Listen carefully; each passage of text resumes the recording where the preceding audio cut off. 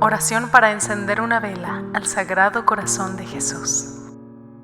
Sagrado Corazón de Jesús, que dijiste: venid a mí los angustiados, y yo os aliviaré.